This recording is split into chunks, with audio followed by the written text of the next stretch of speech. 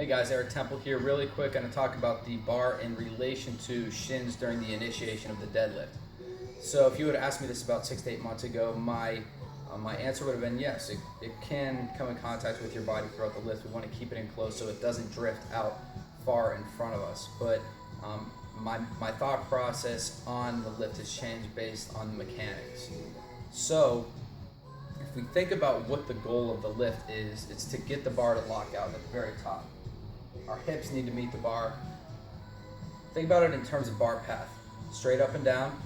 We don't want much deviation from side to side, right? So if the bar is coming in contact with our body, what does that first do? That first slows the progress of the entire lift.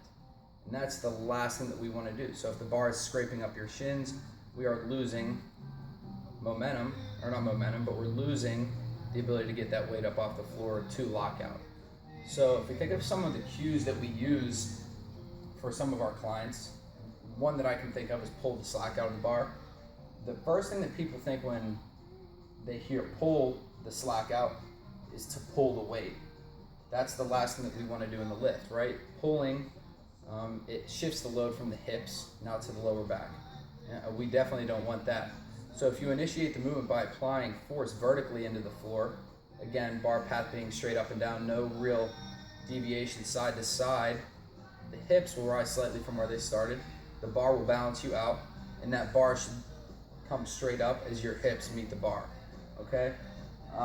Another thing that we hear most often when people are lifting heavy loads close to their max or hitting maybe a 3-rep max, when it starts to feel heavy in their hands, you'll hear people scream, pull back, pull back, pull back. That's the last thing we want as well. Pulling back, right? Horizontal movement of the bar. Again, we want straight up and down. It lock out.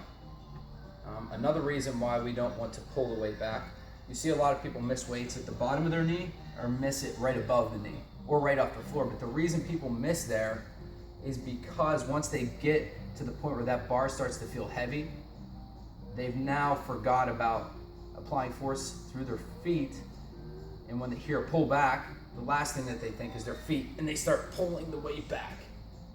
Okay, and that's the last thing we want. Again, it's coming in contact with our body, slowing the progress of the lift, and that's when people begin to hitch.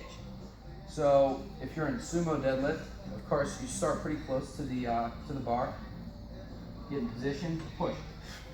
That bar should really never hit those shins or knees. Same thing with a conventional. Initiate the movement by pushing through the floor.